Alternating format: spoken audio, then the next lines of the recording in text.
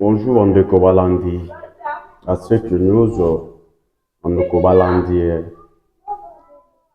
et à mission Nabiso, à la plateforme Nyonso. C'est votre humble serviteur, moi, Namboka Molobe, la peuple congolais, RDC Wandani, le petit Moutamba du Grand Katanga. Biso tozaba communicateur, hein? Waba communicateur. Puis je suis venu na Tongwa Lelo, aujourd'hui le 24 avril 2026. Bouti koyoka makambo nyonso esalemi kuna na sus entre nos rebelles AFC M23, dont je par Corneille Nanga et le parrain qui est Paul Kagame. En fait, si je suis venu na Tongwa Lelo, toza Tongwa Zapona kobimisa ba vérité. O ezalaki kobo mama ebimina kwasa. Ebimina kwasa. Je vais parler sur la manifestation qui vient de se dérouler aux États-Unis d'Amérique par les soi-disant Congolais. Depuis quand yo somoni Congolais en Dewana? Depuis quand vous somoni Congolais à Zolo, Molaï, le col à Paul Kagame? Depuis quand Congolais en Dewana Ezala? On peut se demander. Les gens qui sont payés par Paul Kagame, fouti bango po basala marchana, en oubliant que leur nationalité va poursuivre bango, va quitter. Mais yango ne bimina quoi ça.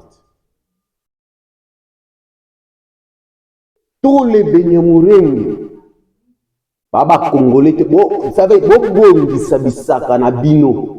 Tous les Benyamourengi en avant marche. Bobi Mamboko, Mboko eza Mboko na binote. Vous êtes des Rwandais. Waba tusi. Waba tusi. Benyamurenge nyonso en avant marche Boko Bimamboko. Bozonga na Rwanda. Bozonga pa na binote. Bosali marche. Papa botana na vidéo na chango likolo botana na vidéo. Ba tribu nyonso ya Congo ezala baluba. Baluba di Katanga, baluba di Kasai, Bangala, Bakachokwe. Est-ce que bino bosi bomoni Congolais en Dewana? Regardez Pele. Regardez ces gens qui sont payés par Paul Kagame. Obasala ba mafia na bangoyo. Après, un Congolais valeureux. Atala le bignette. Ça ne peut pas se passer ainsi. Au marche bazo sala.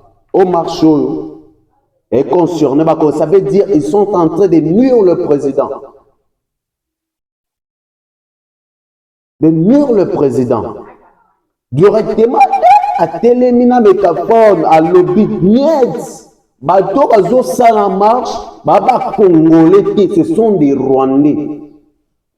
Directement, la sécurité a été envoyée par Donald Trump, le président américain.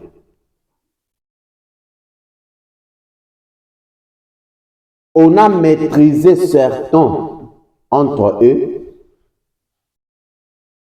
Pour l'identification, il doit la marche en Amérique. Pas identifier si réellement vous êtes de vrais Congolais. Olo bakoza Mwenyamurengi. Olo bakeno tu es Congolais. Mais batali passeport rwandais. basali biloko nyonso bakuti ke badokima nyonso vandi nango na Amérique eza badokima ya Rwanda. Mais aucun de peut participer na marche en disant que Tshisekedi est en train de tuer à l'est de la République. Papa bo liboma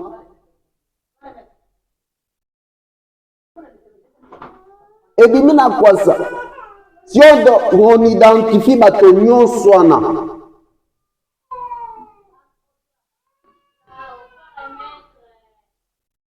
Barwandais nyonso papa basi ba lobby Barwandais nyonso bobima na Amérique.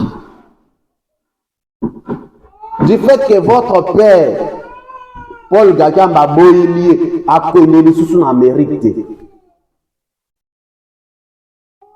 Kenya Rwanda nyonso papa bozwa bisaka na bino okita na Rwanda. Bawo bakangi ils seront transférés au Congo. Oboya ko samba siko na Congo. Ils seront là. Papa toze la bino boya na Kinshasa. Boya ko identifier bino ceux qui boza ba vrai Congolais. Yo za Congolais zo sala marche à Congo. Au soutenir Tshisekedi a démissionné. Tshisekedi a démissionné. Tozo papa na yo to ya kotia. Tshisekedi a démissionné.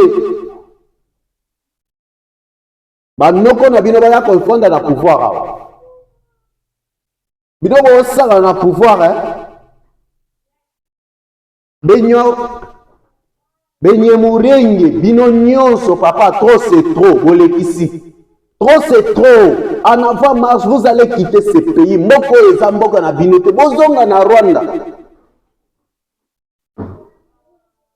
Makambo nyonso bo sala et à bientôt. À bientôt.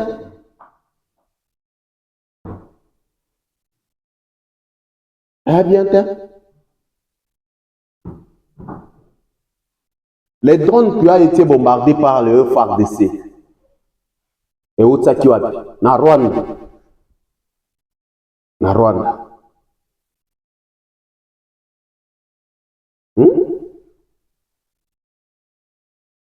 Ndeko Stéphane à Kinshasa vraiment n'a pas son mot, chancelier n'a pas sanate vraiment. Vous aurez la vidéo na biso, Olanda biso, na pe biso côté na Katanga to Olanda bino. Olanda bino makasi. Nous sommes là vraiment pour na couper ça éclairage na makambo nyonso etala mboka na biso. Parce que tozaka na mboka moko ozanga pesa biso. Mabele zaka moko bao bazana ba nationalité douteuse. Soki lelo eyindi bango ba kokende na ba nationalité na bango wana. Mais nous les autres les vrais Congolais, les Congolais 100% de père et de mère, où est-ce que nous allons partir? So ba boto ils sont moko. Botelemi et au sala marché, oh Tshisekedi a démissionné, Tshisekedi a démissionné.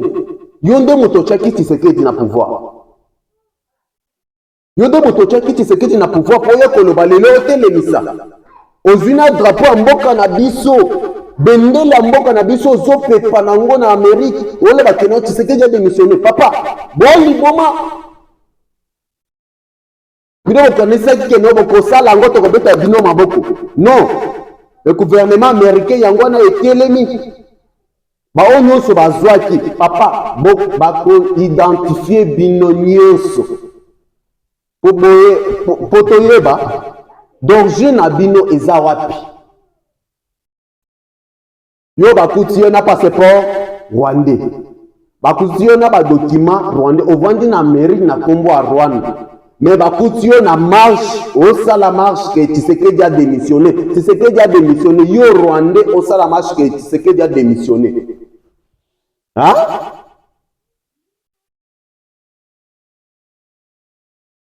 Hein? Kala mingi te makamonyo so bitumbe ko sila.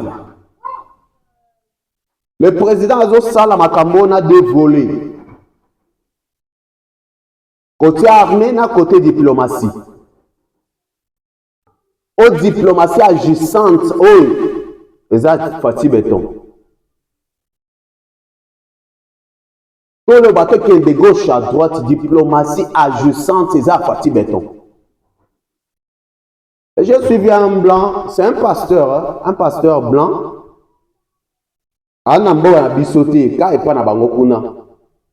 Il prêche dans son église à Zoloba. Tribu à bas juif, tribu à bas Jésus-Christ. Parce que Jésus-Christ, c'est un juif. Tribu à bas juif et Zana Congo. Tribu à bas juif et Zana Congo.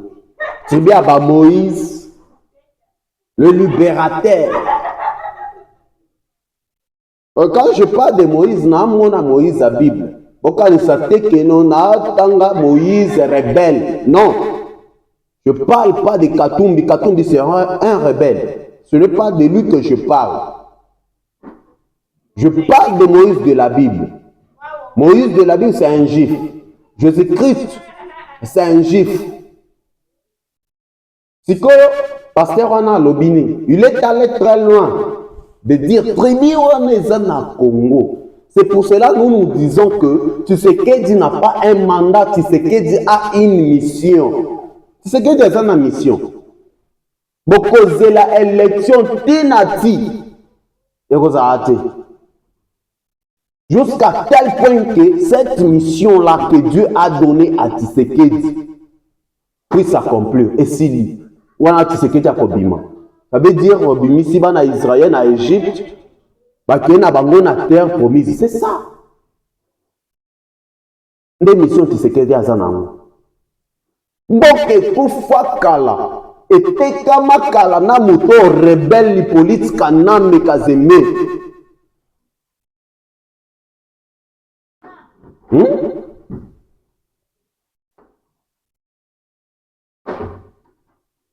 Mboka na biso oyo mabeleka moko kala mingi tie makambo nyonso ekoyinda awa révision ya constitution déjà sur table. Révision ya constitution déjà sur table. Na lobeli makambo wana na kokoko bosa na tie makambo na lobela makambo fekofwa. 9 candidats à la présidence, il y a Fekofwa. Parmi les 9 candidats à la présidence, il y a Fekofwa. Nous trouvons que non. Il y a 3 candidats qui sont à la hauteur de prendre la présidence de la Fekofwa.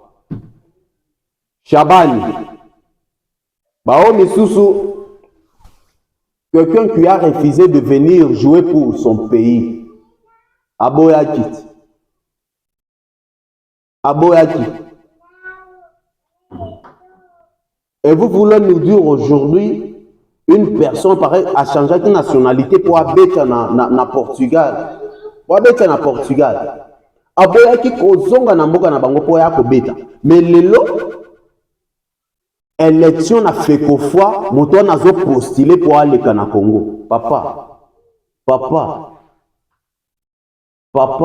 vous assure que Yoko le na présidence? Je suis pas sûr. Au bisonné sur ma Congolais, moto vraiment celui qui avait joué pour ce pays, à sa lignance. En plus, moi j'aime un peu sa façon, Mokolo Akenda ko déposer candidature nae. À Fekofwa, il a commencé d'abord par féliciter Mokwantombolo pour une initiative nyonso na kosala manso RDC qualifié pour la Coupe du Monde. Il a d'abord commencé par ça. C'est quelqu'un valeureux, quelqu'un à choisir. Chabani Nonda, c'est bien lui qui sera président. C'est bien lui que nous allons voter. Biso to voter Moutoumousou Souté. La présidence a fait Fekofwa. To voter à Chabani Nonda. Et c'est tout. Après ces cahiers de décharge, vraiment, on comprend que non, c'est quelqu'un qui vient pour aider la Fekofwa, qui vient pour aider le pays. C'est pour la toute première fois. Entraîneur Abisso, il y a Léopard. travaille avec la FECOFOA. Et il va travailler avec la FECOFOA, avec Shaban Inonda. Tu seras vraiment voté, élu comme président de la FECOFOA.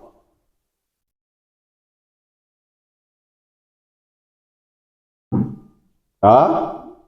Ok. Ma Congolais nyonso vraiment. Tu voter Shaban Inonda. Parce que, à moi, Namboka, à Saleli Moka, il a joué pour ce pays. Les lots à Zongeli pour postuler na FECOFOA. Tu voter. Tu voter. À moi, Namboka. Tu voter pour l'année. Tu voter pour l'année. Shaban Inonda. Yewanat. Moi, Namboka, azana ba initiative ya bien, ba initiative ya kitoko penza. Gouvernement na biso tozalaka na école de foot selon kaye a décharge nae à lobby nyonso na ekosalema mokolo ye akozala à la tête ya FECOFOA. Bandeko balandire ya ba chien na biso nyonso vraiment. Matondo mingi zonge pa na bino, vraiment je vous dis sincèrement merci. Pour namanso bino bosu boyebi ke non biso tozalaka ba communicateur. Tokobanga motote. A tozala moto kobangisa biso azate, ezambo na biso. Oya mabe to bimisa ngo na kwasa esili. Seke yo zotika na motem mabe tikala na ngo papa. O mona biso te. Au moins, ata mokote biso to ya ko frapper na porte na yo to senga ya Korea. Te ekozala te. Nous sommes là pour servir le peuple congolais. Les forces armées ba bunde la mboka. Biso pe na média tozo bunde la mboka. Oya mabe to le belango iza mabe. Ya bolamu to le belango iza bolamu.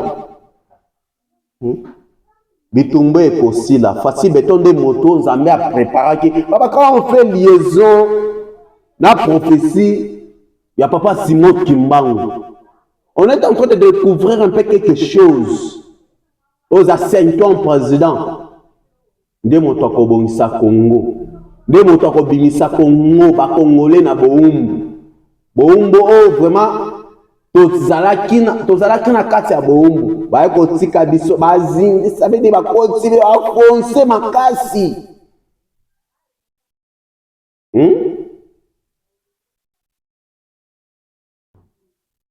topambola nzambe parce que totambola bogumu ezongaka epa nkolo yesu movateli si ce n'est pas pour Dieu je ne sais pas.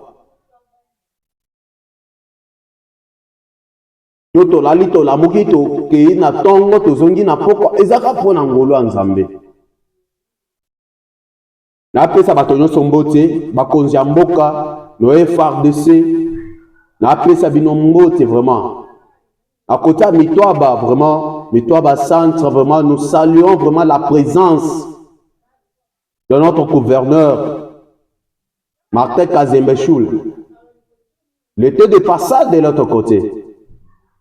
Le taux de passage de l'autre côté, ma camonion se sera qui bien, mais que ça la de façon que, bah au moment où ça passe, qu'on a mis toi, ben ça va aller qu'on a biso. Au bon moment entre abisso et abisso, c'est pas normal.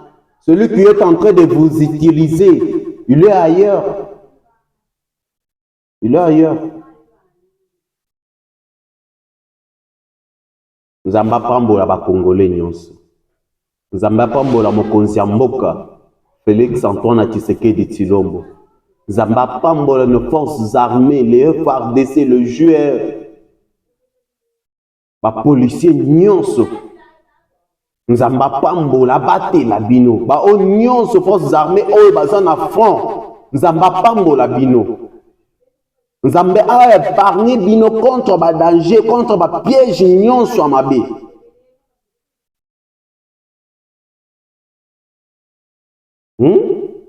Nzamba pambola vraiment mboko yo, mboka tozaka na mboka moko. Tozana ba deux nationalités te, tozaka na nationalité moko to ba Congolais de père et de mère.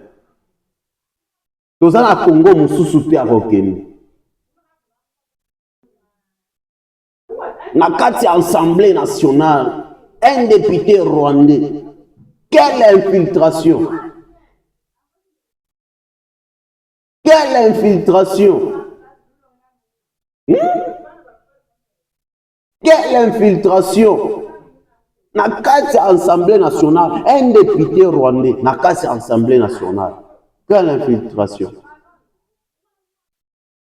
Je salue vraiment tous les combattants. Petit Sango Diloala, vraiment mes salutations à vous. Ba communicateur nyonso na pesi bino mbote. Les votre humble serviteur moi na mboka molobe la peuple à congolais RDC Wandani le petit Mutamba du Grand Katanga. Je salue tout le monde et on se retrouve après. Ce qui est le quoi bien ayé. Toyoko pesa bino sango.